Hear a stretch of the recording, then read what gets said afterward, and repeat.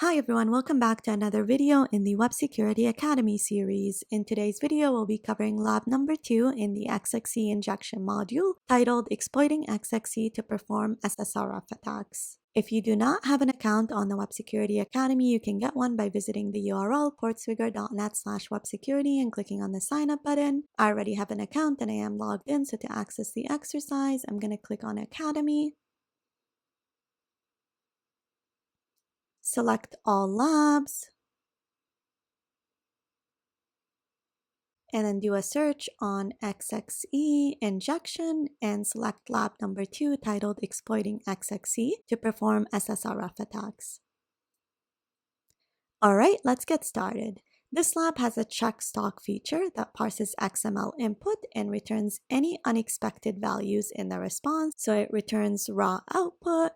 The lab server is running a simulated EC2 metadata endpoint at the default URL, which is http 169.254.169.254. This endpoint can be used to retrieve data about the instance, some of which might be sensitive. To solve the lab, exploit the XXE vulnerability to perform an SSRF attack that obtains the server's IAM secret access key from the EC2 metadata endpoint. Okay, so the target goal over here is to exploit the XXE injection in order to perform an SSRF attack, access this link over here, and obtain the IAM secret access key from the EC2 metadata endpoint of the server that the application is installed on. Alright, let's access the lab. Now notice over here, this is the built-in browser in Burp, and so all my requests are already being passed in my Burp proxy. I am using the professional version of Burp, however, we'll only be using the community features in Burp. And so if you're using the community version, you should be able to perform everything that I'm performing in this lab. Alright, let's click on View Details and look for endpoints that talk to the backend. So let's click on Check Stock.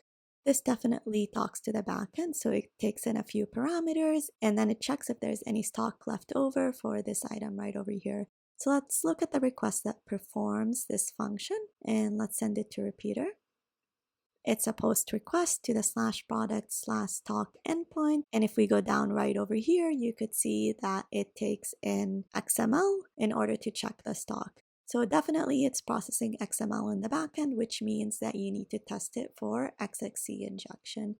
So let's hit send first. You could see over here, it takes in the product ID and the store ID, and then it checks the number of stock that is available for this product in this store right over here. So if there's no validation in the backend, what we could do is we could call an external entity in order to view the content of this page right over here. So let's copy this and put it in our notes and go back to Burp and put Burp right over here. Okay, so to do that, what we're going to do is we're going to use our doc type definition. Say test, this could be anything, and then call an external entity. So entity XXE system, and then the URL that we want to call. So this is combining an XXE injection with a server-side request forgery. So server-side request forgery, for those of you that are not familiar, is when you can exploit a vulnerability in the application in order to gain resources that are installed on the server where the application is installed. And in this case, it's installed on an AWS instance that is available on this URL right over here. So ending bracket. And here we go, this looks good. Next, we need to call our external entity, and the way to do that is by saying and XXE and a semicolon. So let's hit send and see what we get. Alright, so we get XML parser exited with an error. So we have an error in the way that we performed our XXE injection, and the reason is because this should be before stock check elements. So let's put that in here, hit send again, and this should work. All right, so we get invalid product ID, and then we just get the word latest. So my guess is that this is just a folder or a directory that it's outputting. So let's say latest over here and see if we get anything. We get metadata, so another directory. Let's hit send, and then we get IAM, so another directory. And then we get security credentials. So let's put that in here. And I did that incorrectly. Hit send. And then another directory /admin. Hit send. And here we go.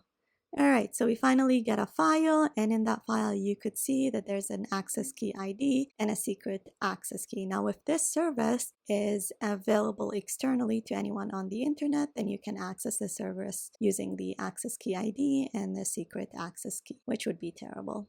All right, so if we go back to the lab, you should see the message, "Congratulations, you solved the lab." All right, so we successfully completed the exercise by exploiting the vulnerability manually. Now let's script it in Python. The first thing we're going to do is import all the libraries that we need. So the request library, the sys library, and the URL lib3 library. Next, we're going to disable insecure request warnings. So warnings, URL lib3.exceptions. Insecure request warning, and then we're going to set our proxy setting because we want all of our requests to be sent to burp. All of the HTTP traffic should be sent to HTTP 127.0.0.1 port 8080. Same goes for all the HTTPS traffic. It should be sent to HTTP 127.0.0.1 port 8080, and that's where burp is running. Next, let's call our main method. So if name is equal to main, then call the main method, and we'll define the main method over here. So if the length of the command line arguments is not equal to 2, then print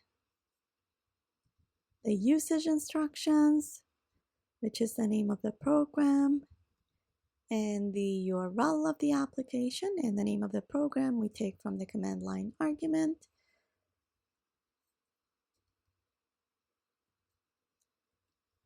And then we'll also print the example instructions so that it's absolutely clear how to run the program.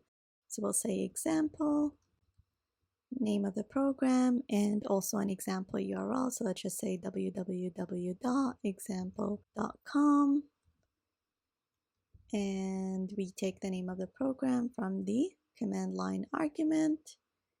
And then we exit the program because the user ran it incorrectly. All right, so let's assume the user did run the program correctly. The first thing we're going to do is initiate our sessions object. So request.session, and we'll say URL. So that's a new variable that we take from the command line argument. And then we'll call a function called exploit XXE that takes in the session object and the URL. Now this is a custom function that we need to define ourselves. So we'll define it right over here. Def exploit XXE takes in the session object and the URL. The first thing we're going to do is print exploiting XXE injection. And in order to do that, we just need to perform this request right over here. So the path to the request is this. Let's copy it and say stock URL is equal to the URL of the application plus the path /product/stock.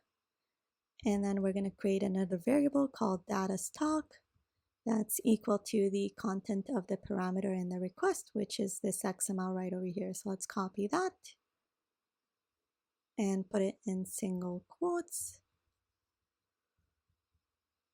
And let's remove all the new lines.